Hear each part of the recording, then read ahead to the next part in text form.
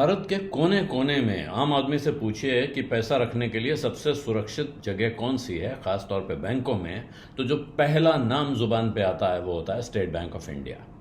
भारत का सबसे बड़ा बैंक, भारत का सबसे बड़ा सरकारी बैंक मार्केट कैप के लिहाज से और एसेट के लिहाज से भारत का सबसे बड़ा बैंक ये स्टेट बैंक ऑफ इंडिया, जिसके पास न जाने कितनी संपत्ति है, न जाने कितना पैसा है। जिस वक्त इसका वैल्यूएशन हो रहा था तो बहुत लंबा वक्त लगा था, जैसे LIC में लगा, उसी तरह स्टेट बैंक ऑफ इंडिया के पास अपार संपत्ति है, कह सकते हैं आप। लेकिन वो स्टेट बैंक ऑफ इंडिया बाजार से पैसा उठाने जा रहा है।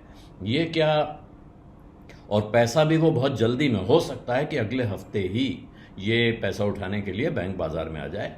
छोटी मोटी रकम नहीं है, 25,000 करोड़ रुपए उठाने की तैयारी हो रही है और ये पूरा 25,000 करोड़ रुपया QIP यानी क्वालिफाइड इंस्टीट्यूशनल प्लेसमेंट के जरिए उठाया जाएगा। और अगर ये पूरी तरह सब्सक्राइब हो जाता है 25,000 करोड़ रुपए का इशू, तो फिर ये भारत का अब तक का सबसे बड़ा QIP इशू होगा। और पब्लिक इशू अभी इससे बड़े हुए हैं, लेकिन ये 25,000 करोड़ रुपए एक ट्रांच में क्यों उठा रहा है स्टेट बैंक ऑफ इंडिया, इसकी वजह सामने ये आती है कि क्योंकि बैंकों को अपने इक्विटी कैपिटल भी चाहिए होती है। जितना वो कर्जा उठाते हैं, जितने उनके पास एसेट होते हैं, एसेट तो लोन और डिपॉजिट के सामने जितनी इक्विटी उनके पास अपनी होती है, उतनी मजबूत स्थिति में होते हैं, उतना वो अपना कारोबार फैला सकते हैं। तो इस लिहाज से स्टेट बैंक ये पैसा उठाने जा रहा है। और इससे पहले अब तक का जो सबसे बड़ा QIP हुआ है वो हुई है भारत में, कोल इंडिया का इशू है 2015 का, 22,560 करोड़ रुपए का। तो ये ब्लूमबर्ग ने डेटा कंपाइल किया है और उनका कहना यह है कि बैंक के बोर्ड ने मई के महीने में अप्रूवल दे दिया था इस इशू के लिए।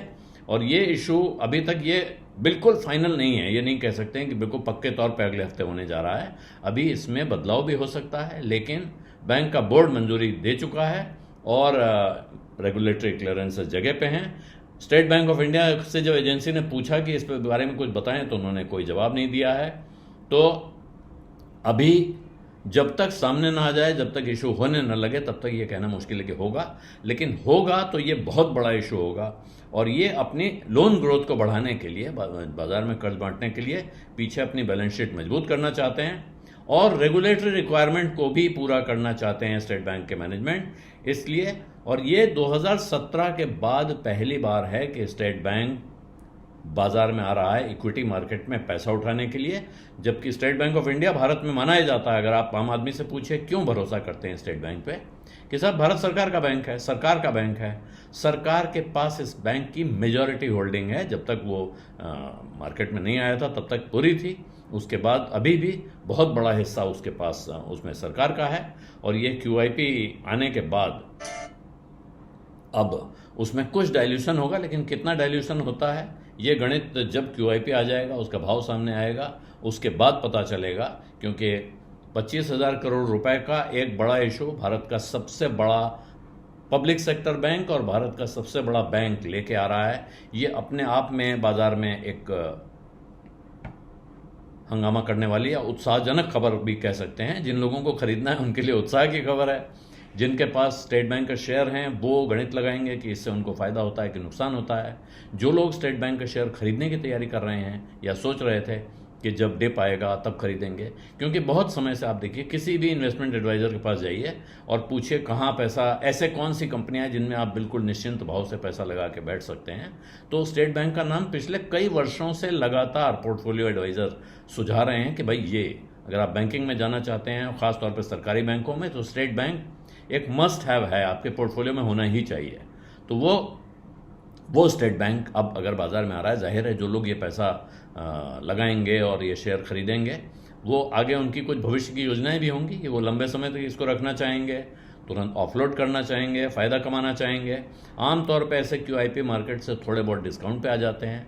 क्या state bank of India discount पे इशू करेगा, मार्केट प्राइस पर इशू करेगा या थोड़ा प्रीमियम लेके इशू करेगा? ये सारे सवाल हैं जिनके जवाब सामने आएंगे। लेकिन जब तक वो जवाब सामने नहीं आते हैं तब तक भी बाजार में अब सुगबुगाहट बनी रहेगी, जब तक ये हो नहीं जाता है। और इसकी वजह से बैंकिंग स्टॉक्स पे, बैंकिंग शेयरों पे भी नज़र बनी रहेगी। लेकिन ओवरऑल बाजार के हाल पे आज शाम को जो टीसीएस के नतीजे आएंगे वहां से एक डायरेक्शन मिलने की उम्मीद है कि किधर जाएगा बाजार। और उसके साथ ही अब क्योंकि तमाम ब्रोकरेजेस और तमाम आप जितने भी जानकारों से बात करो कह रहे हैं कि अब री रेटिंग का वक्त आ गया है, बाजार में अर्निंग्स री रेट होंगी, अर्निंग्स के अपग्रेड या डाउनग्रेड में ज़्यादा संभावना है कि अब ज़्यादातर कंपनियों की अर्निंग बढ़ती हुई दिखाई दे और वहाँ से बाजार में उत्साह का एक नया दौर आ सकता है। ऐसे में स्टेट बैंक का ये इशू आएगा तो ये स्टेट बैंक के शेयर को यहाँ से एक नई चाल भी दे सकता है, नई रफ्तार भी दे सकता है, इससे भी इनकार नहीं करना चाहिए। और ये भी हो सकता है कि थोड़े समय के लिए कंसोलिडेशन हो जाए क्योंकि एक बड़ी सप्लाई बाजार में आएगी उसकी और शेयर में थोड़ा डाइल्यूशन देखने को मिल सकता है जिसको लेकर लोगों में चिंता भी पैदा हो सकती है। लेकिन स्टेट बैंक को लेकर अगर आप बाजार में राय मांगने निकलें तो मोटे तौर पर राय ये है कि लॉन्ग टर्म जो लोग बहुत आजकल की मिनटों सेकंडों का हिसाब नहीं लगाते हैं, जो लोग कुछ साल कम से कम 1 साल या कुछ एक से ज़्यादा साल के बारे में सोचते हैं, उनके लिए स्टेट बैंक एक भरोसेमंद निवेश है, एक भरोसेमंद इन्वेस्टमेंट है। और ऐसे में स्टेट बैंक एक इशू लेकर आ रहा है, ये अपने आप में एक वाइड इंटरेस्ट बहुत सारे लोगों की दिलचस्पी वाली खबर है। हालांकि कुछ पुराने लोग अगर आप गाँव में जाके देखें, आजकल थोड़ा कम होता है, कुछ समय पहले तक होता था कि वो किसी भी बैंक पर, वो सरकारी या प्राइवेट किसी भी बैंक पर भरोसा नहीं करते थे। उनका भरोसा एक ही जगह होता था, अगर वो अपना पैसा रखना चाहते थे तो वो कहते थे कि सिर्फ डाकखाने के डिपॉजिट में, पोस्ट ऑफिस सेविंग्स बैंक जिसको कहते हैं, वहाँ वो मानते थे कि ये सुरक्षित जगह है क्योंकि पोस्ट ऑफिस भारत सरकार है। स्टेट बैंक को भी वो जो पुराने बुजुर्ग लोग गांव वाले थे वो किसी भी बैंक को, वो सरकारी प्राइवेट बैंक, पहले तो केवल एक स्टेट बैंक सरकारी था, बाकी सारे प्राइवेट बैंक होते थे। फिर बहुत सारे बैंक प्राइवेटाइज नेशनलाइज किए गए जो प्राइवेट बैंक्स थे, तो बहुत सारे सरकारी बैंक हो गए। पढ़े लिखे मध्य वर्ग के लोग मानने लगे कि ये सरकारी बैंक हैं, इनके साथ कोई फिक्र की चिंता की बात नहीं है। लेकिन गांव में ये, क्योंकि शायद आज़ादी के पहले और आज़ादी के बाद बहुत सारे बैंक डूबे भी हैं, उनमें लोगों का पैसा भी डूबा है, तो वो लोग मानते ये थे कि बैंक में पैसा रखना खतरनाक है, इसमें जोखिम हो सकता है। डाकखाने का पैसा जो है सरकार के पास है, यहाँ कोई चिंता, कोई जोखिम, कोई डर नहीं है, इसलिए वो अपना पैसा डाकखाने में रखना सुरक्षित मानते थे। बाद में परिस्थिति बदली है, ध्यान रखना चाहिए कि जब से बैंकिंग रेगुलेशन एक्ट आया है उसके बाद से कोई भी भारत में एक भी शेड्यूल्ड कमर्शियल बैंक डूबा नहीं है। कुछ कोऑपरेटिव बैंक ज़रूर डूबे हैं, उनमें भी काफ़ी मशक्क़त के बाद लोगों के पैसे रिकवरी की कोशिश होती है, लेकिन किसी भी शेड्यूल्ड कमर्शियल बैंक में पैसा डूबा नहीं है।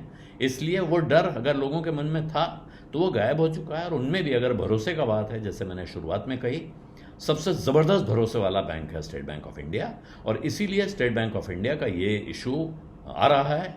ये बहुत सारे लोगों के लिए इसमें काम की बात निकल सकती है। बिज़ अड्डा में आज इतना ही, अब इजाज़त दीजिए, धन्यवाद, नमस्कार।